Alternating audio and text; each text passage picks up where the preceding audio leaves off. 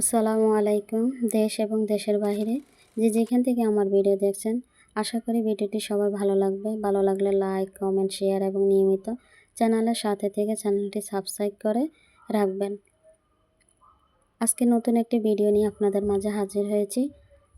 আপনারা আমার ভিডিওটি সম্পূর্ণ না টেনে দেখবেন, আশা করি ভালো লাগবে।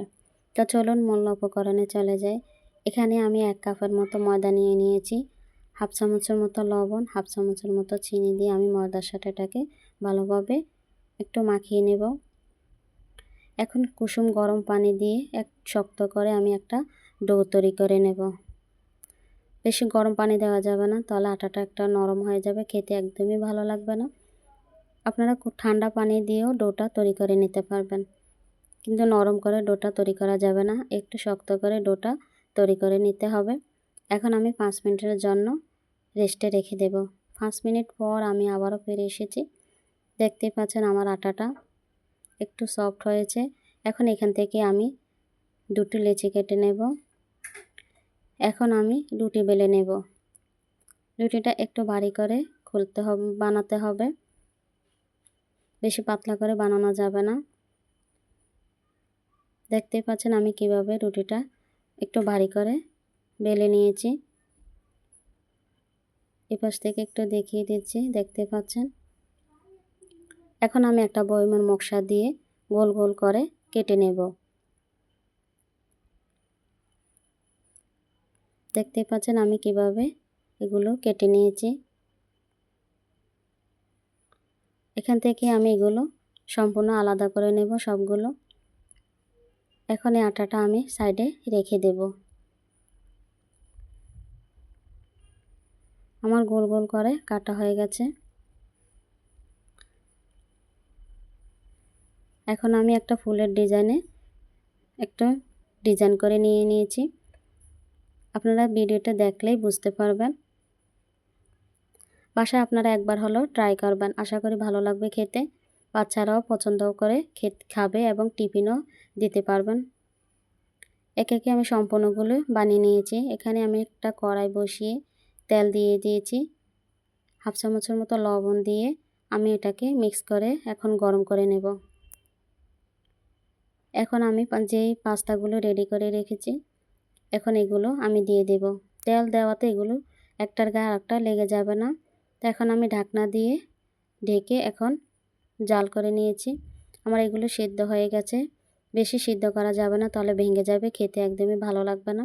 এখন ঠান্ডা পানি দিয়ে এগুলো একটু জড়িয়ে নিয়েছি পানি।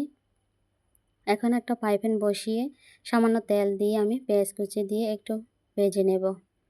ভাজার পর এখানে আমি 7-8টার মতো কাঁচামরিচ দিয়ে দিয়েছি।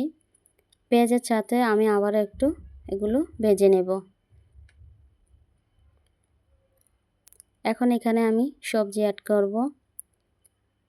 দুটির মতো আমি গাজর নিয়েছি, একটির মতো আলু নিয়েছি। স্বাদ মতো লবণ দিয়ে আমি আবারও একটু ভেজে নেব পেঁয়াজের সাথে।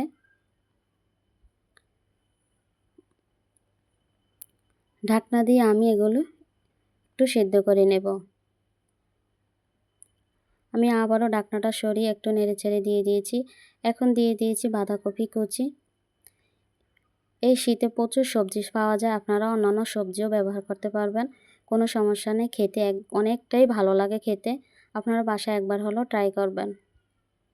এখন হাফ চামচের মতো হলুদ, হাফ চামচের মতো মরিচ গুঁড়া দিয়ে আমি আবারও সবজির সাথে এগুলো ভালোভাবে মিক্স করে নিয়েছি। এখন 1 চামচের মতো সয়া সস দিয়ে দিয়েছি টমেটো সস এবং সয়া সস দিলে স্বাদটা আরও একটু বেড়ে যায়, খেতে অনেকটাই ভালো লাগে। এখন দিয়ে দেব ম্যাগি মশলা। হাতের কাছে থাকলে দেবেন, না থাকলে কোনো সমস্যা নেই। এটা যে কোনো মুদি দোকানে আপনি পেয়ে যাবেন। এখন দিয়ে দিব ডিম। এখানে আপনারা চিকেনও ব্যবহার করতে পারবেন। আমি চিকেন ছিল না, তাই আমি ডিম দিয়ে দিয়েছি। ডিম দিয়ে এখন আমি এটাকে একটু ভেজে নেব।